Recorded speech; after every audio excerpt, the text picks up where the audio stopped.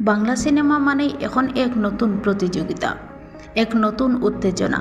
সামনে আসছে একাধিক বড় ছবি, শবনম বুবলির প্রেসার কুকার, অপু বিশ্বাসের দুর্বার আর শাকিব খানের বহুল আলোচিত প্রিন্স মুভি।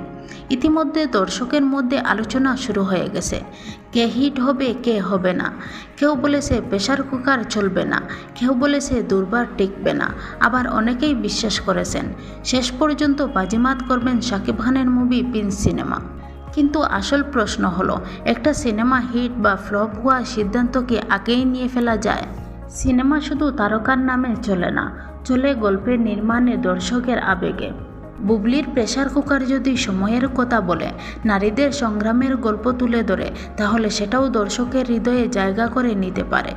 দুর্বার যদি শক্ত গল্প আর অভিনয়ে ভরপুর হয়, তবে সেটিও চমক দিতে পারে।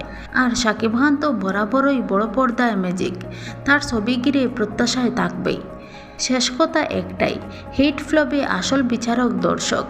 সোশ্যাল মিডিয়ার কথায় নয়, টিকিট কাউন্টারের লাইনে বোঝা যায় কোন সিনেমা মানুষের হৃদয় ছুঁয়েছে। চলুন আগে থেকেই কাউকে ছোটো না করি, বরং ভালো গল্প, ভালো নির্মাণ আর বাংলা সিনেমার উন্নতির জন্য আমরা সবাই অপেক্ষা করি। কারণ প্রতিযোগিতা থাকুক, কিন্তু সেটি হোক সুস্থ ও শিল্পকে এগিয়ে নেওয়ার মতো। এমন আরও নতুন নতুন মুভির আপডেট পেতে আমাদের চ্যানেলটি সাবস্ক্রাইব করে পাশে থাকবেন। পুরো ভিডিওটি দেখার জন্য ধন্যবাদ।